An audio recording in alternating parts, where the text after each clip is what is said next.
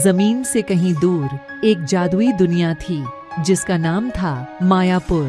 यहाँ के लोग थे बहुत ही प्यारे और मिलनसार। इस दुनिया का एक छोटा सा गांव था जहाँ रहने वाला एक छोटा सा लड़का नामक राजू था।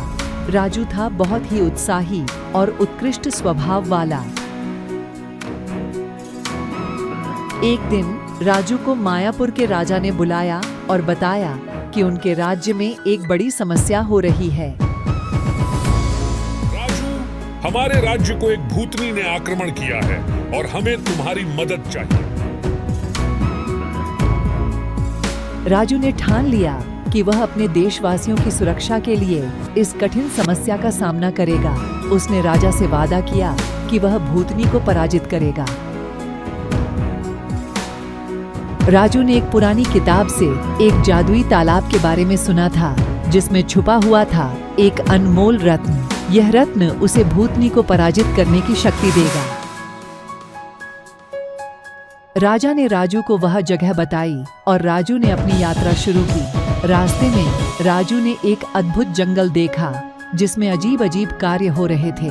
वह जंगल था आश्चर्य वन, जहाँ हर पेड़ पौधे थे जिनकी कहानियां सुनने लायक थीं। एक पेड़ ने कहा, राजू, तू आगे बढ़ और तुझे मिलेगा वह जगह जहां तू अपना लक्ष्य पा सकता है। राजू ने धीरे धीरे आगे बढ़ते हुए अचानक एक दिलचस्प द्वार देखा। वह द्वार केवल सच्चे और नेक लोगों के लिए खुलता था। वह द्वार खुला और राजू ने अपने सामने एक बृहद सम्राट को देखा जो उसे उसके लक्ष्य की दिशा में मार्गदर्शन करने लायक था। सम्राट ने राजू को वह रत्न बताया और उसे दिया, लेकिन उसने कहा, यह रत्न तेरी मेहनत और सच्चाई की पहचान का हिस्सा है। तू इसे सावधानी से इस्तेमाल करना। राजू ने धन्यवाद कहा और वापस अपने गांव की ओर रुका। रास्ते में उसने भूतनी को मिला जो उसका स्वागत करने के लिए तैयार था। राजू ने रत्न का इस्तेमाल करते हुए भूतनी को पराजित किया और अपने गांव को मुक्ति दिलाई। गांव वाले ने उसे अपना हीरो मान लिया। राजा ने भी राजू की बहादुरी की सराहना की और उसे अपने दरबार में बुलाया। राजा ने कहा, राजू, तूने हमारे राज्य को बचाया है और हमें गर्व है कि हमारे साथ तू है। राजू ने हंसते हुए कहा, राजा जी, सच्चाई और ईमानदारी हमेशा जीतती हैं। मेरी माता ने मुझे हमेशा यह सिखाया है कि अगर हम सच्चे और नीक राह पर चलेंगे तो हमें हमेशा सफलता मिलेगी। राजा ने राजू की बातों को गंभीरता से सुना और उसने फैसला किया कि उसे अपने मंत्रिमंडल का हिस्सा बनाया जाए। राजू ने अपने गांव वालों और मायापुर के लोगों के लिए सबसे बेहतरीन साधना दी और सच्चाई और ईमानदारी के माध्यम से एक नए युग की शुरुआत की। और इसी रूप में राजू ने न केवल अपने गांव को बल्कि मायापुर को भी एक नए दिशा में बदल दिया और वह राजा के साथ मिलकर सबको साझा सुख शांति दिलाई।